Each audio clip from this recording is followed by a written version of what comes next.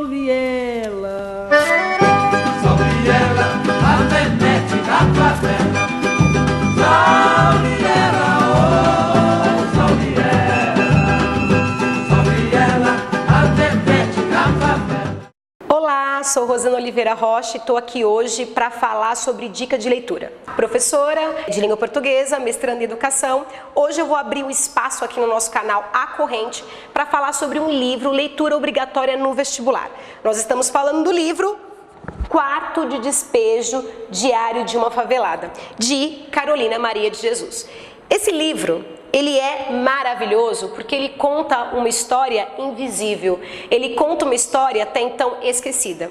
Quem fala para vocês é uma professora de português que nunca ouviu falar de Carolina Maria de Jesus. Eu nunca ouvi falar dela nem no ensino médio, nem no ensino fundamental, nem na faculdade de letras, pra vocês terem noção de como essa autora foi invisível. E invisível no Brasil, sim, acreditem, invisível no Brasil. Porque Carolina Maria de Jesus, ela é ovacionada, ela é praticamente idolatrada lá fora. Nós temos esse livro aqui, O Quarto de Despejo, traduzido em 13 idiomas.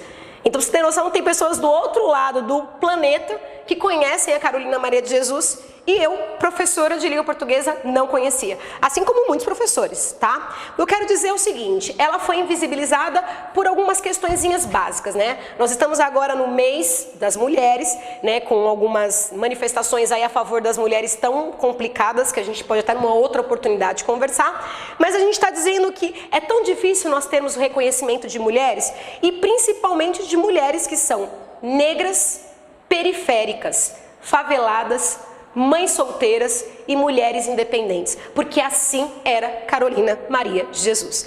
Nascida em Sacramento, Minas Gerais, ela teve uma infância super pobre e, para você ter uma noção, ela estudou até o 2º ano. E com o 2º ano, praticamente semi-analfabeta, ela conseguiu escrever não só esse livro, como vários outros, como contos, e ela tinha o sonho de ser escritora.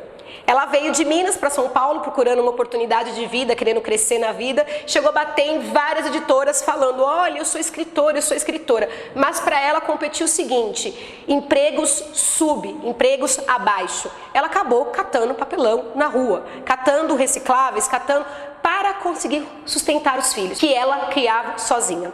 Mãe solteira de 3 crianças, ela nunca teve apoio de nenhum homem. E sozinha, ela sofria para conseguir sustentar os filhos, né, e tirar deles o grande problema que era a fome. Nesse livro, Quarto de Despejo, em vários momentos você fica com um nó na garganta, porque ela sai para trabalhar mesmo doente, mesmo cansada, porque os filhos não tinham que comer. A história dela se passa na favela do Canindé, hoje construída ali em cima, marginal Tietê, e a gente está falando de uma mulher que revolucionou e uma mulher que conseguiu colocar nos seus livros essa impressão do que era a favela.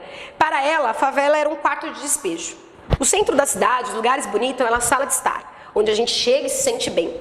E a favela é o quarto de despejo, para onde eles mandavam o que não era legal, o que eles não queriam, o lixo. Né? Aquele quartinho que a gente manda, o que a gente não quer para casa, que vai pro lixo depois, que vai ser jogado fora, é assim que era a favela. Ela conta problemas sociais muito tristes no livro, né? Além da fome, como a violência doméstica, como a preocupação dos políticos apenas em época de eleições, como a segurança pública que não funcionava na periferia, enfim.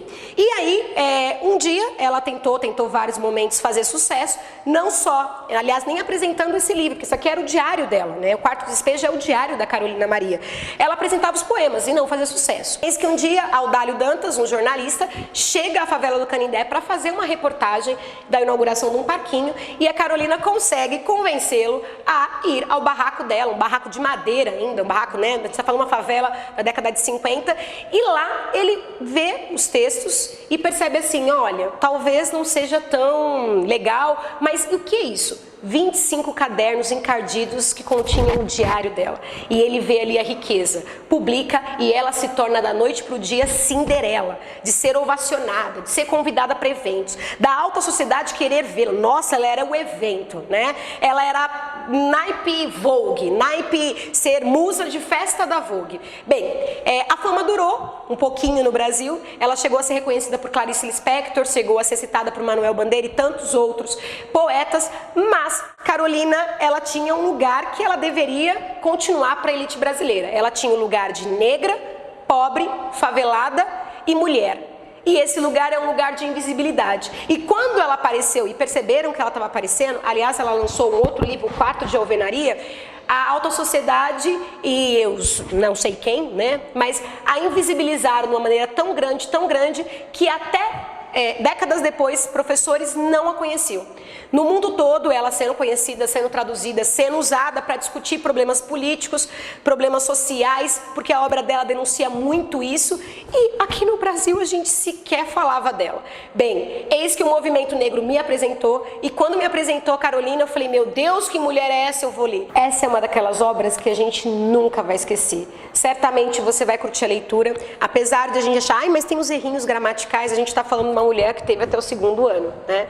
E esses errinhos gramaticais são o que também imprimem ao livro uma certa autenticidade. Não é o olhar de alguém sobre o favelado, é o favelado falando sobre, é o lugar da fala. São pessoas que são invisibilizadas, conseguindo ter a sua voz. Então o livro é emocionante, você vai ter momentos que você vai ler e fala, meu Deus, não acredito, tô no chão. Ele é ótimo. Eu convido então você para essa leitura, tá? A gente tem então o Quarto Despejo, Diário de uma Favelada.